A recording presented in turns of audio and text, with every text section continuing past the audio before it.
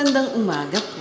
Humihingi po ako ng kaunting tulong para sa pagpapalibing ng aking asawa. Namatay po siya sa sakit na hindi na namin nalaman kung ano dahil hindi na po namin siya naipagamot. May mga bukol pong bigla na lang tumubo sa balat niya at mga sugat na nilalabasan ng mga uod.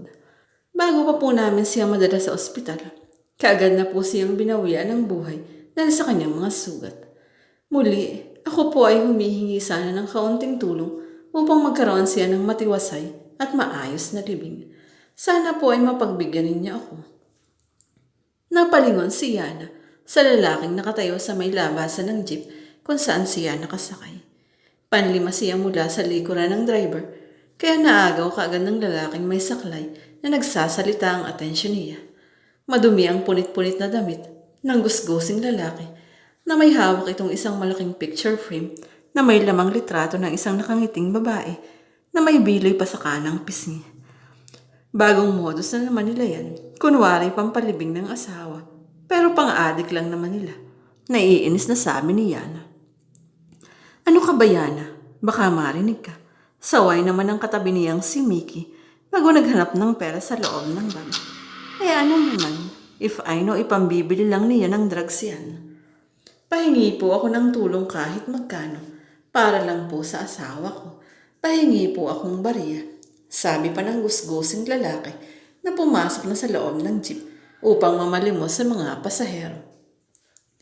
Anong gagawin mo? Don't tell me bibigyan mo siya ng bariya. Ay naku Mickey, sinasabi ko sa iyo, ipandadrugs nila lang yan. Muling naiinis na sabi ni Yana na hindi na pinansin ni Mickey. At bago pa siya malapitan ng lalaki, ginawa na niyang abala ang sarili sa hawak na cellphone upang hindi ito pansinin. Pahingi pong bariya. Ay shit! Nagulat siya nang biglang ilapit sa mukha niya ang picture na hawak ng gusgusing lalaki. Kuya, ano ba? Nakakadiri ka. At sa sobrang inis niya, bigla niyang naitulak ang lalaki na dahilan para mahulog ito sa jeep. Kumalat ang mga bariyang hawak nito sa paligid at nabasag ang nalaglag ding picture frame. Nabitawan din ito ang saklay, kaya tuluyan na itong napahiga sa simento. O Yana, huwag ka namang ganyan, saway sa akin ni Mickey.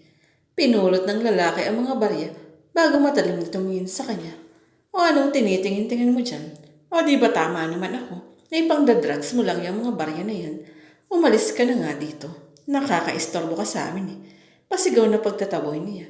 Ikaw, napalunok siya na hindi pa rin inaalis ng lalaki ang matalim na tingin sa kanya. Napansin niyang bukod sa pagiging madumis, ay marami rin itong mga sugat sa katawan. Sariwa pa ang mga sugat na ito at nilalangaw pa, lalo na sa may leg nitong may manilaw-nilaw na nanang tila puputok na anumang oras. Umaalingasaw na rin ang malansang amoy nito sa loob ng jeep. Ikaw, muli ay halos pabulong nitong sabi habang matalim pa rin ang tingin sa kanya nang mapupula nitong mga mata na inuugat-ugat na. Tandaan mo ito. Ikaw ang papalit sa asawa ko. Ikaw ang papalit sa tratadong ito. At isinusumpa kong lahat ng hirap na dinanas ng asawa ko ay daranasin mo rin. Umalis ka na nga dito. Nilalangaw na kami ng dahil sa'yo. Papalitan mo ang asawa ko. Ikaw ang papalit sa kanya. Mararanasan mong lahat ng sakit na naramdaman niya. Manong, ilan pa ba ang kulang na pasahero? Babayaran ko na. Hindi na niya kaya pang pakinggan ang sinasabi ng lalaki. Masyado na itong pinapanginig ang katawan niya sa takot na pilit niyang nilalabanan. Nagsimula nang gumapang muli papasok sa jeep ang lalaki habang patuloy pa rin sa pagsasalita. Tandaan mo ito. Ikaw ang papalit sa asawa ko. Mararanasan mo ang lahat ng hirap niya. Mararanasan mo ang impyerno. Psst! Umalis ka na dyan at naiistorbo ang mga pasahero ko. Shug! Shug! Taboy ng driver ng jeep bago binuhay ang makina. Bumaba naman ang gusgusing lalaki, ngunit patuloy sa pagsisigaw. Ipararanas ko sa iyo ang lahat ng sakit. Ipararanas ko sa iyo ang impyerno. Okay ka lang ba, Yana? Tanong ni Mickey sa kanya. Nagsisimula na kasi silang pagtingin ng mga tao sa loob ng jeep. Nagsimula na rin umandar ang jeep palayo sa gusgusing lalaki. Inayos niya naman ang sarili bago nilagay ang headset sa magkabilang tenga. Oo, ayos lang ako. Hindi niya alam kung bakit kinakabahan pa rin siya. Malayo nila sila sa gusgusing lalaki, pero parang narinig pa rin niya ang mga sigaw nito. Parang nakikita pa rin niya ang matatalim na tingin ng mga mata nito. Parang naaamoy pa rin niya ang nakakasulasok na amoy ng mga sugat nito. Masakit ang buong katawan ni Yana nang imulat niya ang mga mata. Dahan-dahan siyang bumangon at naglakad patungo sa banyo. Pinuksan niya ang ilaw bago humarap sa salamin. Ano to? Nanlaki ang mga mata niya nang makita ang sariling refleksyon. May kung anong mga bukol ang bigla na lang tumubo sa mukha niya. Samantalang sa mga braso naman niya ay may mga sariwang sugat na lumalabas. Bakit may mga sugat ako? Lalabas na sana siya sa banyo para gisingin ng kasama niya sa apartment na si Mickey. Pero bigla siyang napahinto. May kung ano kasing gumagalaw sa may pisngi niya kung saan may pinakamalaking bukol kaya inilapit na niya ang mukha sa may salamin. Ouch! Sambit niya habang sinisimulang tirisin ang malaking tila tigawat sa may ibaba ng mga labi niya katabi ng kanyang malaking nunal. Biglang sumirit ang malapot at manilaw-nilaw na likido sa may salamin mula sa tagyawat niya dahil sa ginawa niya. Ngunit ang lalong nagpagimbal sa kanya ay ang paglabas ng kung ano mula sa tiniris niya. Oh my God! Ano ito? Lalong lumalabas ang maliliit na nilalang sa may butas na kanyang tagyawat habang tinitiris niya ito. Oo na.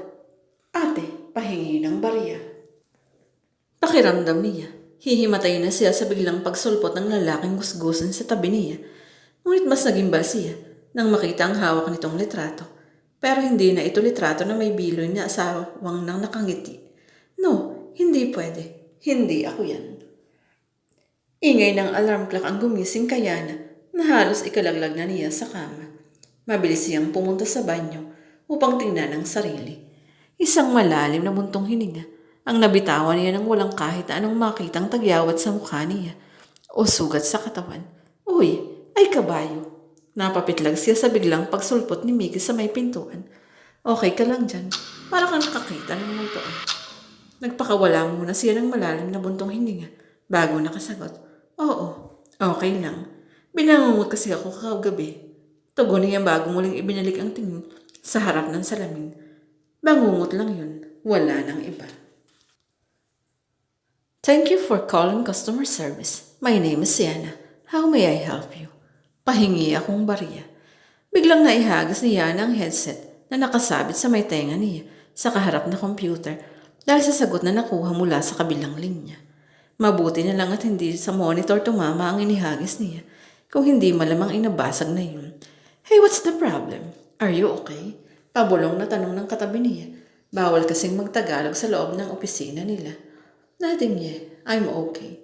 Tugon niya. Nanginginig ang mga kamay na muli niyang inabot ang headset. Thank you for calling. For calling customer service. This is Yana. How may I help you? Wala na siyang anuman o sino mang narinig mula sa kabilang linya. Palatandaan na wala na siyang kausap. Yana, just take your break earlier. I think you need it already. I will. Iniayos na niyang gamit bago tumungo sa CR. Saglit siyang naghilamos upang gisingin ang sarili. Ilang araw na rin kasi siyang tulala at para bang lagi na lang may iniisip. Parang may iniisip siya na hindi niya alam kung sino. O Yana, bating ni Mickey sa kanya. Kasama niya ito sa apartment at trabaho sa isang call center company. Anong nangyari sa iyo kanina? Wala.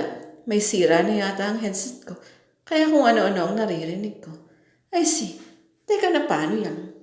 Napakunot noorin siya nang makita ang tinutukoy ni Mickey. May sugat siya sa siko na hindi niya matandaan kung saan ang galing. Bigla tuloy siyang kinabahan. Rashes lang. Baka dahil sa hipo na kinain natin noong isang araw. Last week pa yun, di ba? Last week pa ba? Baka ngayon lang umatake ang allergy ko. Pangungumbinsin niya kay Mickey, pati na rin sa sarili. I see. Sige, labas na ako ah. Tumango na lang siya bago tuluyang lumabas ng CR si Mickey. Saglit niyang muling tiningnan ang sariling refleksyon. May namumulang bilog rin siya sa may leg at balikat. Ilang araw na yung makati at mapula.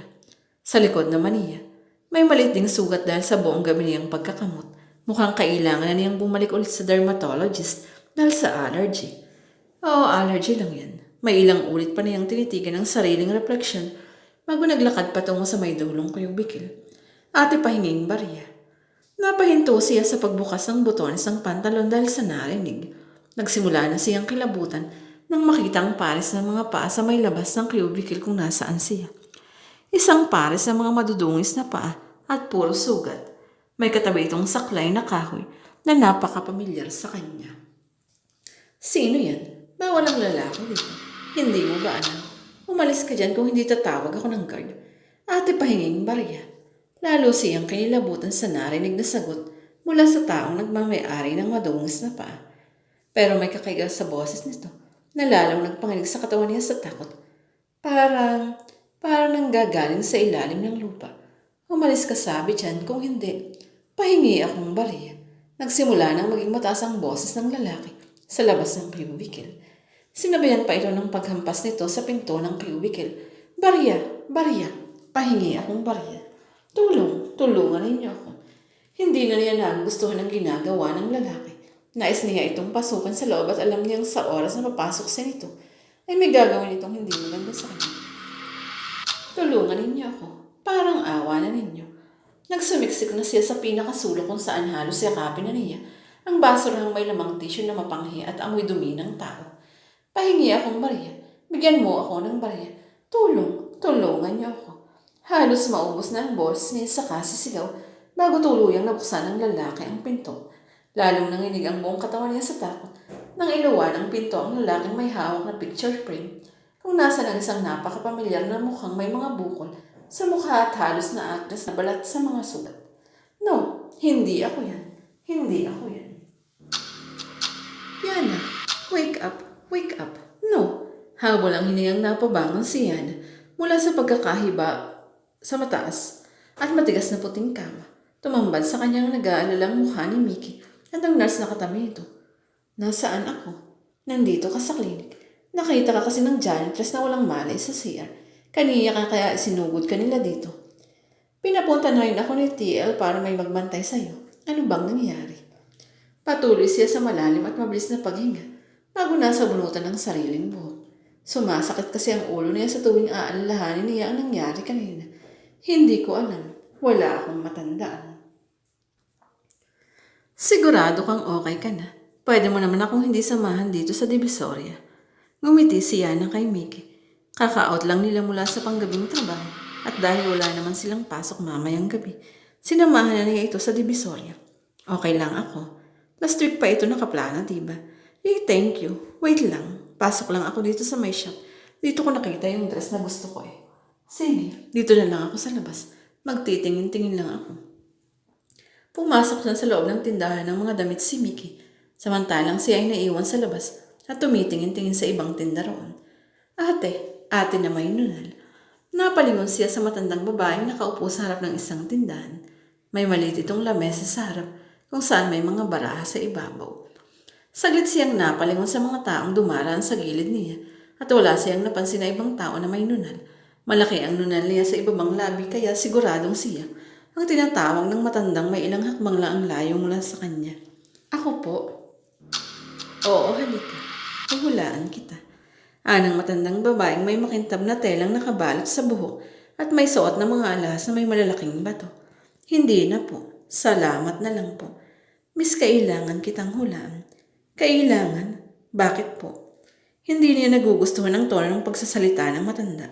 Sa kabila ng mainit na panahon sa Divisoria, may kung anong lamig siyang nararamdamang yumayakap sa kanya dahil dito. Kailangan kong malaman kung tama ang nakita ko na mangyayari sa hinaharap mo. Ano po bang nakita niyo?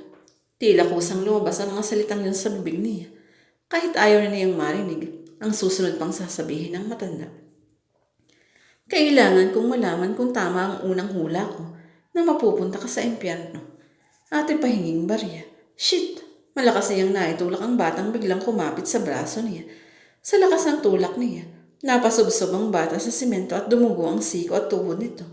Dahilan para bigla itong umiyak ng malakas. Bata, sorry. Hindi ko.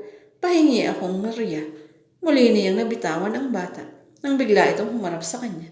Hindi na kasi itong batang naitulak niya, kung hindi ang gusgusing lalaking naitulak niya noon palabas ng jeep.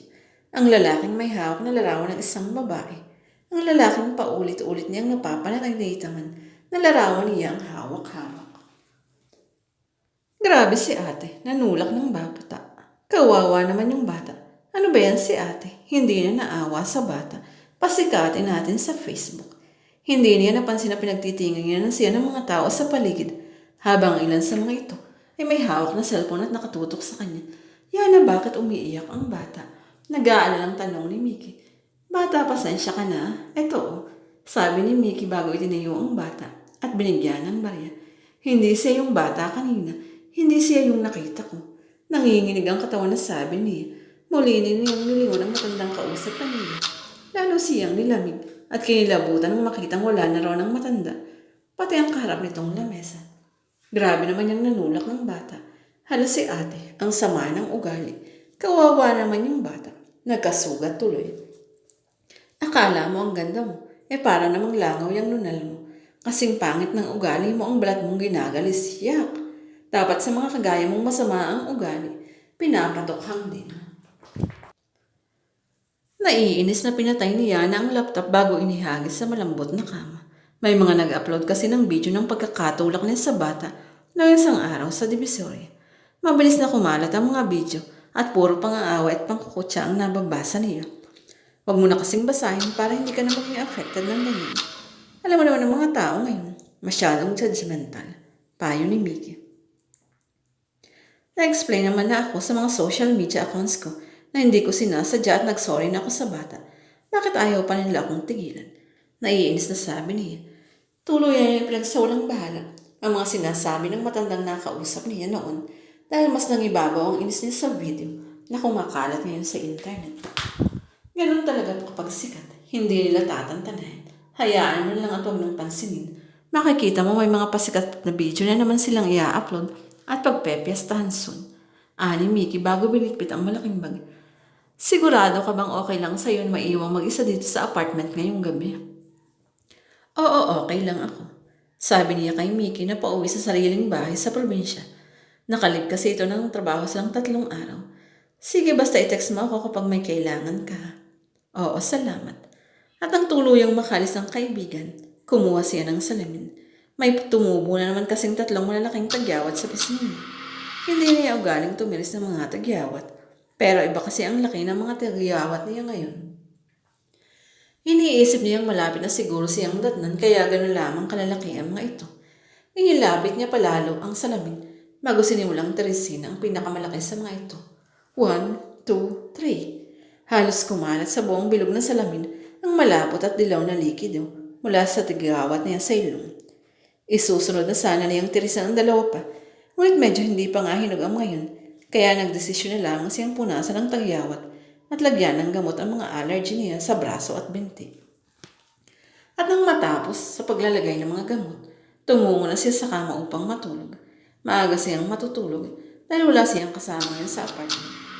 Pinatay na niya ang ilaw at ng lampshade at nahiga na. Ipipikit na sana niya ang mga mata ng ate pahinging bariya. Bigla siyang napabangon at napasiksik sa may sulok ng kama habang mahigpit na nakakapit sa kumot na bumabalot sa kanyang buong katawan. Kagad niyang binuksan ang lampshade at inilibot ang paningin sa buong kwarto. Wala siyang kahit na sino o anong nakita, kung ano naman ang naririnig niya. Marahil dahil sa gamot na ininom niya kanina para sa skin allergy. Sabi kasi ng dermatologist niya, mainit daw ang panahon ngayon, kaya gano'n na lang kung sumariwa ang mga sugat niya. Babalik na sana siya muli sa pagtulog nang mapansin ang mga langaw na lumilipad. Napakunot-no siya ng may kung anong maamoy na malansang tila nabubulok na karne. Ano yun? Amoy na amoy niya ito na tila malapit lang sa kanya. Hanggang sa mapansin niya kung saan dumadapo ang ilan sa mga lumilipad na langaw sa ibabaw ng kumot na tumatakip sa mga binti niya. Nagsisimula na namang balutin ng kakaibang lamig ang katawan niya bago dahan-dahang inalis ang kumot sa katawan at binti niya. Oh my God! Nanlaki ang mga mata niya nang makita ang buong binti, pati na rin ang mga braso na puno ng mga sariwang sugat na parang naaagnas na karne.